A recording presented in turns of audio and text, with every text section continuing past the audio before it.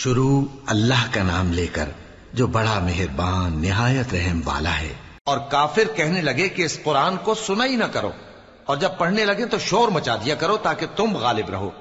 سو ہم بھی کافروں کو سخت عذاب کے مزے چکھائیں گے اور ان کے برے اعمال کی جو وہ کرتے تھے سزا دیں گے۔ یہ اللہ کے دشمنوں کا بدلہ ہے، یعنی دوزخ، ان کے لیے اسی میں ہمیشہ کا گھر ہے۔ یہ اس کی سزا ہے کہ ہماری آیتوں سے انکار کرتے تھے۔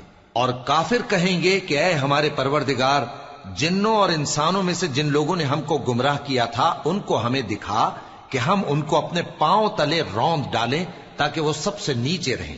جن لوگوں نے کہا کہ ہمارا پروردگار اللہ ہے، پھر وہ اس پر قائم رہے، ان پر فرشتے اتریں گے اور کہیں گے کہ نہ خوف کرو اور نہ غمناک ہو، اور بہشت کی جس کا تم سے وعدہ کیا جاتا ہے خوشی مناؤ۔ ہم دنیا کی زندگی میں بھی تمہارے دوست تھے اور آخرت میں بھی تمہارے رفیق ہیں، اور وہاں جس نعمت کو تمہارا جی چاہے گا تم کو ملے گی، اور جو چیز طلب کرو گے تمہارے لیے موجود ہوگی۔ یہ بخشنے والے مہربان کی طرف سے مہمانی ہے۔